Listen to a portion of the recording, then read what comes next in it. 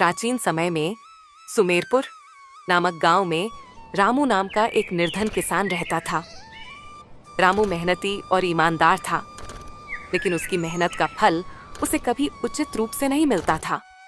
उसका खेत बंजर था और वह जितनी भी मेहनत करता, उसकी फसल अच्छी नहीं होती। एक दिन रामू अपने घर के बरामदे में बैठा चिंतन कर रहा था।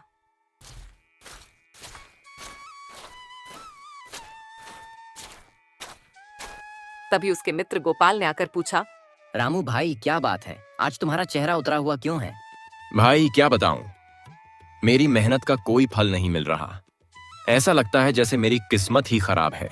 अरे रामू, किस्मत को दोष देने से कुछ नहीं होगा। तुम्हें अपनी बुद्धि का इस्तेमाल करना होगा। रामू ने गोपाल की बात सुनी, लेकिन उसे समझ नहीं आया कि वह क्या करे।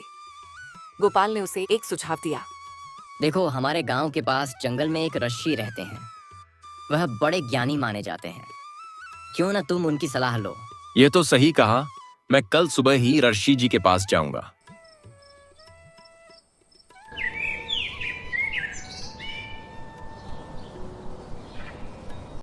अगली सुबह रामू जंगल की ओर चल पड़ा।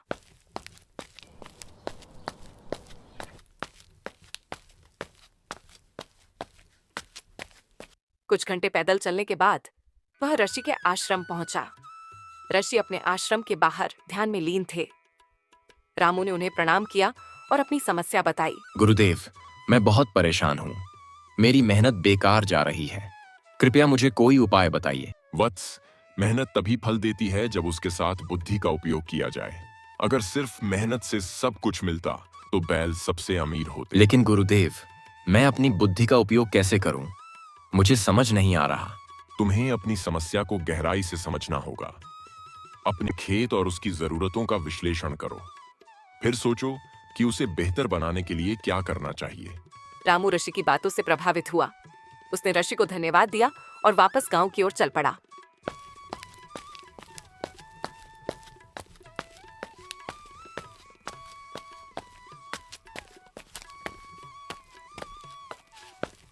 गांव लौटकर रामू ने अपने खेत का निरीक्षण शुरू किया।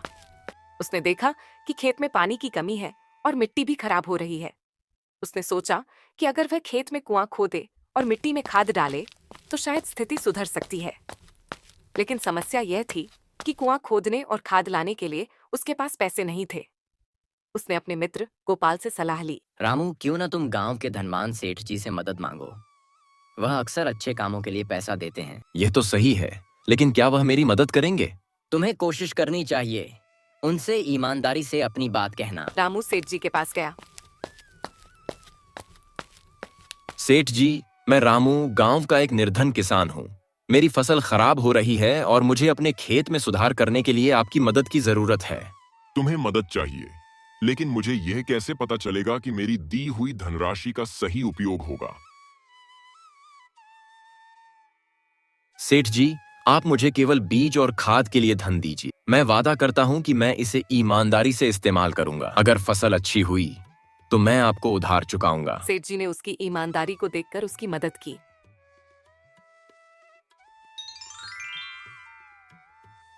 सेठ जी ने रामू को कुछ धन और बीज दिए। साथ ही उन्होंने कहा, सेठ जी, रामू, मैं तुम्हारी ईमानदारी पर भरोसा कर रहा हूँ। याद रखना, मेहनत के साथ साथ बुद्धि का सही उपयोग ही सफलता दिलाएगा। धन्यवाद सेठ जी, मैं आपके विश्वास को कभी टूटने नहीं दूंगा।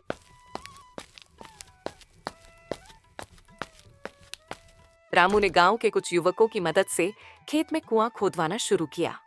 उसने जंगल से अच्छी खाद भी जुटाई। कई दिनों की मेहनत और बुद्धि के इस्तेमाल के बाद उसका खेत एकदम तैयार हो गया। रामू, तुम्हारा खेत अब बहुत उपजाऊ लग रहा है, लेकिन सही समय पर फसल बोना भी जरूरी है। तुम सही कह रहे हो गोपाल। मैंने ऋषि जी की बातों से सीखा है कि योजना बनाकर काम करना ही सबसे बेहतर होता है। रामू ने अपने खेत में सही समय पर बीज बोए और नियमित रूप से उसकी देखभाल की। कुछ महीनों बाद रामू के खेत में हरी भरी फसल लहलहाने लगी। पूरे गांव में रामू की मेहनत और बुद्धि की चर्चा होने लगी। एक दिन सेठ जी रामू के खेत पर आए। वाह रामू, तुमने तो कमाल कर दिया। तुम्हारी मेहनत और बुद्धि ने सचमुच तुम्हारी किस्मत बदल दी। ये सब आपकी मदद और ऋषि जी की शिक्षा का परिणाम है। अगर आपने मुझे यह मौका न दिया होता तो मैं कभी यह सफलता नहीं पा सकता था।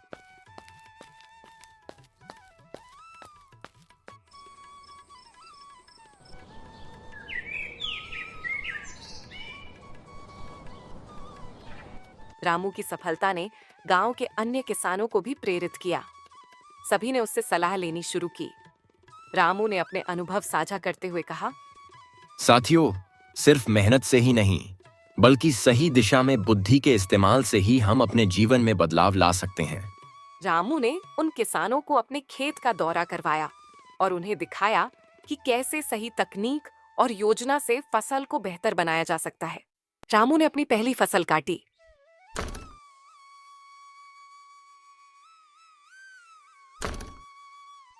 अनाज इतना अच्छा और भरपूर था कि उसने गांव के बाजार में उसे ऊंचे दामों पर बेच दिया। उसकी मेहनत और बुद्धि का रंग अब दिखने लगा था। उसने न केवल सेठ जी का उद्धार चुकाया बल्कि अपने परिवार की स्थिति भी सुधारी। सेठ जी रामू की सफलता से बहुत खुश हुए। उन्होंने गांव वालों को इकट्ठा कर एक सभा बुलाई। सुनो गांव वालों, रामू की कहानी हम सबके लिए प्रेरणा है।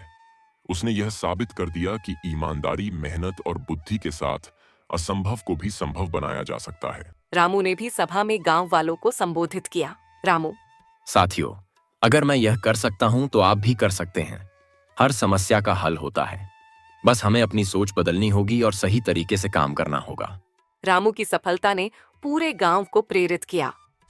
गांव के दूसरे किसान भी उससे सीखने के लिए उसके पास आने लगे। रामू, तुमने अपने खेत को कैसे उपजाऊ बनाया? हमें भी बताओ। सबसे पहले अपने खेत की समस्या को समझो, फिर उसकी जरूरतों के अनुसार काम करो। पानी का प्रबंधन करो और सही समय पर सही फसल बो। रामू ने न केवल अपने अनुभव साझा किए बल्कि गांव वालों को मिलकर काम करने के महत्व के बारे में भी समझाया। उसने सुझाव दिया कि गांव के सभी किसान मिलकर खेतों के लिए एक सामूहिक सिंचाई योजना बनाएं। यह तो बहुत अच्छा विचार है। अगर हम मिलकर काम करेंगे तो सबका फायदा होगा। बिल्कुल, हमें अपनी बुद्धि और मेहनत का सामूहिक उपयोग करना चाहिए। गांव में रामू की पहचान अब एक प्रेरणा स्रोत के रूप में होने लगी। लोग उसे सम्मान से देखते थे। सेठ जी ने उसकी सफलता को देखते हुए एक और बड़ा कदम उठाया। रामू, मैं चाहता हूं कि तुम गांव के दूसरे किसानों को प्रशिक्षित करो। मैं इसके लिए धन दूंगा ताकि हमारे गांव का हर किसान खुशहाल हो सके। सेठ जी, यह मेरा सौभाग्य होगा। अगर मेरी मेहनत और अनुभव किसी और के काम आ सके तो इससे बड़ा कुछ नहीं हो सकता।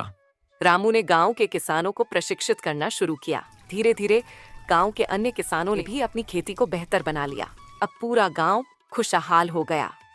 गांव का बुजुर्ग, रामू, तुमने अपनी बुद्धि और मेहनत से सिर्फ अपना नहीं, पूरे गांव का भविष्य बदल दिया है। यह सब आपके आशीर्वाद और सेठ जी की मदद के बिना संभव नहीं था, लेकिन असली ताकत हमारी सोच और बुद्धि में है। रामू की मेहनत और बुद्धि ने न केवल उसका जीवन बदला बल्कि पूरे गांव को एक नई दिशा दी।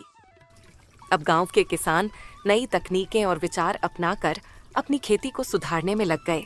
गांव का नाम दूर दूर तक प्रसिद्ध हो गया।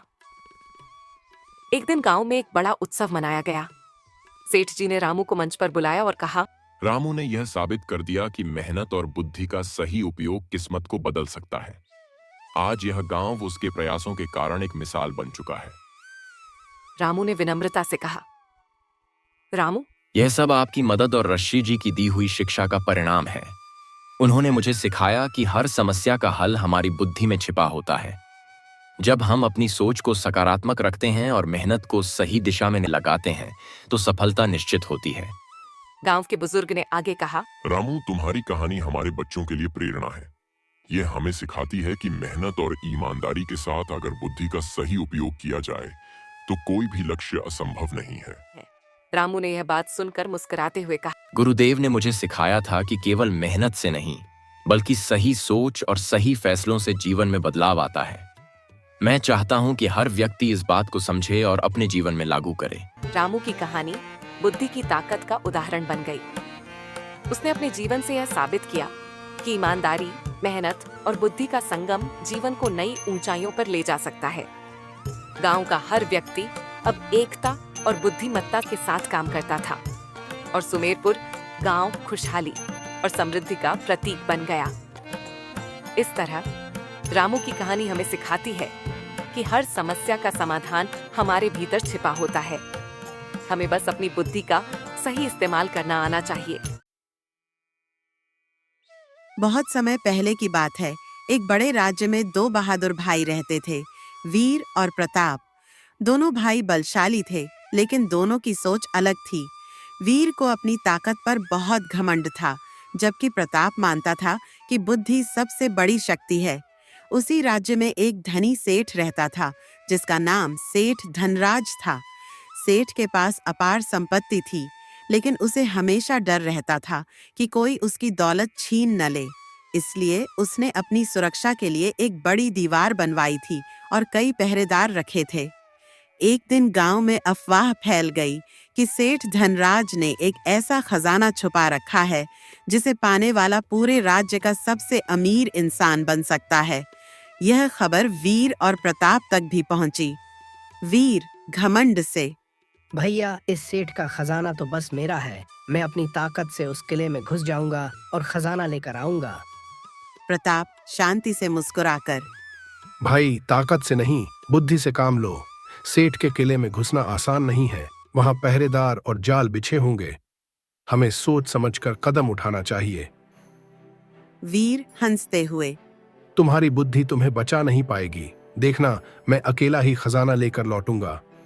प्रताप धीरे से, ठीक है भाई, लेकिन अगर जरूरत पड़ी तो मैं तुम्हारी मदद करूंगा। वीर ने अपनी तलवार उठाई और सीधे सेठ के किले की ओर चल पड़ा।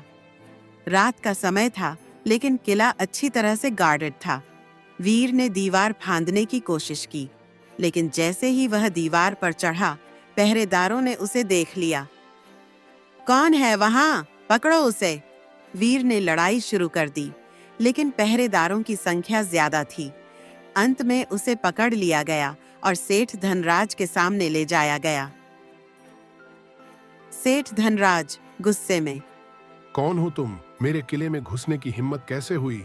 मैं वीर हूँ। मैं तुम्हारे खजाने को लेने आया था। ताकत से खजाना पाना आसान नहीं है, मूर्ख। सेठ ने वीर को जेल में डाल दिया। इधर प्रताप को जब यह खबर मिली तो उसने सोचा कि अब वीर को बचाने का समय आ गया है। प्रताप सोचते हुए, ताकत से तो कुछ नहीं होगा, मुझे अपनी बुद्धि का इस्तेमाल करना होगा। प्रताप ने सेठ के पास पहुंचने का एक चालाक तरीका निकाला। वह साधु के भेष में सेठ के महल पहुंचा। सेठ जी, मैं एक साधु हूँ। सुना है आपके घर में अशांति है। मैं आपकी समस्या का समाधान कर सकता हूँ। सेठ चौंक कर, क्या कहा? कैसी अशांति? प्रताप गंभीर होकर, आपके किले में नकारात्मक ऊर्जा फैली है। यही कारण है कि आपके पहरेदार भी कमजोर हो रहे हैं। अगर आपने मुझे अंदर आने दिया तो मैं इस समस्या का समाधान कर सकता हूँ। सेठ थोड़ा घबरा गया। सेठ झिझकते हुए, ठीक है, लेकिन कोई चालाकी मत करना। प्रताप ने मौके का फायदा उठाया। उसने सेठ से कहा कि वह पूरे किले में घूमकर पूजा करेगा। इस बहाने से वह जेल तक पहुंचा, जहां वीर कैद था। प्रताप धीरे से, भाई घबराओ मत, मैं तुम्हें यहाँ से निकालूंगा। वीर शर्मिंदा होकर, भैया, तुम सही थे। केवल ताकत से कुछ नहीं होता। प्रताप मुस्कुराते हुए, अब समय है बुद्धि का सही इस्तेमाल करने का। प्रताप जब अपने भाई से बात कर रहा था, तभी पीछे से सेठ आ जाता है और बोलता है, मुझे सब मालूम चल गया है। तुम दोनों मेरी एक बात मान लो तो मैं तुम दोनों को छोड़ दूंगा। तुम दोनों मेरे व्यापार में मेरे साथ काम करो। प्रताप और वीर ने सेठ धनराज का प्रस्ताव स्वीकार कर लिया और उसके व्यापार में साझेदार बन गए। लेकिन सेठ धनराज उतना सरल और ईमानदार नहीं था जितना वह दिखता था। उसके मन में एक गहरी चाल छुपी हुई थी। इन दोनों भाइयों की बहादुरी और बुद्धि से मैं प्रभावित तो हूं, लेकिन ये मेरे लिए खतरा भी बन सकते हैं। अगर ये मेरे खजाने का रहस्य जान गए तो मेरी संपत्ति पर भी नजर डाल सकते हैं। मुझे इनसे चालाकी से निपटना होगा। सेठ ने दोनों भाइयों को धीरे धीरे अपने व्यापार में उलझाना शुरू कर दिया। वह ऐसे काम सौंपता जिनमें नुकसान होने की संभावना रहती थी। प्रताप, मैं चाहता हूं कि तुम दूर के गांव में जाकर मेरे व्यापार का विस्तार करो, और वीर, तुम इस बार का खजाना लेकर नगर में व्यापारियों से सौदा करो। प्रताप ने सेठ की बात मान ली, लेकिन उसकी चालाक आंखों ने सेठ के इरादों में कुछ गड़बड़ी देखी। प्रताप सोचते हुए, सेठ हमें अलग अलग क्यों भेज रहा है? जरूर इसके पीछे कोई गहरी चाल है। इधर वीर को सेठ ने भारी मात्रा में नकली गहने और खराब सामान सौंप दिया। वीर, इसे अच्छे दामों में बेच आना, इससे मुझे अच्छा मुनाफा होगा। वीर ने बिना सोचे समझे सामान ले लिया। जब वह बाजार में बेचने गया तो व्यापारियों ने उसे झूठा और धोखेबाज समझ लिया। ये तो नकली गहने हैं, क्या हमें ठगने आए हो? भीड़ ने वीर को घेर लिया। वह घबरा गया और भागते हुए प्रताप के पास पहुंचा। वीर घबराकर, भैया, सेठ ने हमें फंसा दिया। उसने मुझे नकली सामान देकर भेजा और अब मैं मुसीबत में फंस गया हूँ। प्रताप ने वीर को शांत किया। प्रताप, मैंने पहले ही कहा था कि सेठ पर आंख मूंद कर भरोसा मत करो। अब समय है उसकी असलियत सबके सामने लाने का। प्रताप ने सेठ की हवेली में वापस जाकर गुप्त तरीके से उसके किले की तलाशी ली। वहां उसे एक गुप्त तहखाना मिला, जहां सेठ नकली गहने और खराब सामान जमा कर रखा था। तो ये है सेठ की चाल। वह लोगों को नकली सामान बेचकर अमीर बन रहा है। मुझे कुछ भी कर कर महाराज को बताना होगा कि कैसे यह सेठ पूरे राज्य को धोखा दे रहा है। प्रताप ने तुरंत महाराज के पास जाकर यह सब खबर बताई कि कैसे गांव का एक सेठ लोगों को लूट रहा है। महाराज ने तुरंत सैनिकों को सेठ को कारागार में बंद करने का आदेश दिया। सेठ को सजा दिलवाने के बाद दोनों भाई अपना नया व्यापार शुरू करते हैं।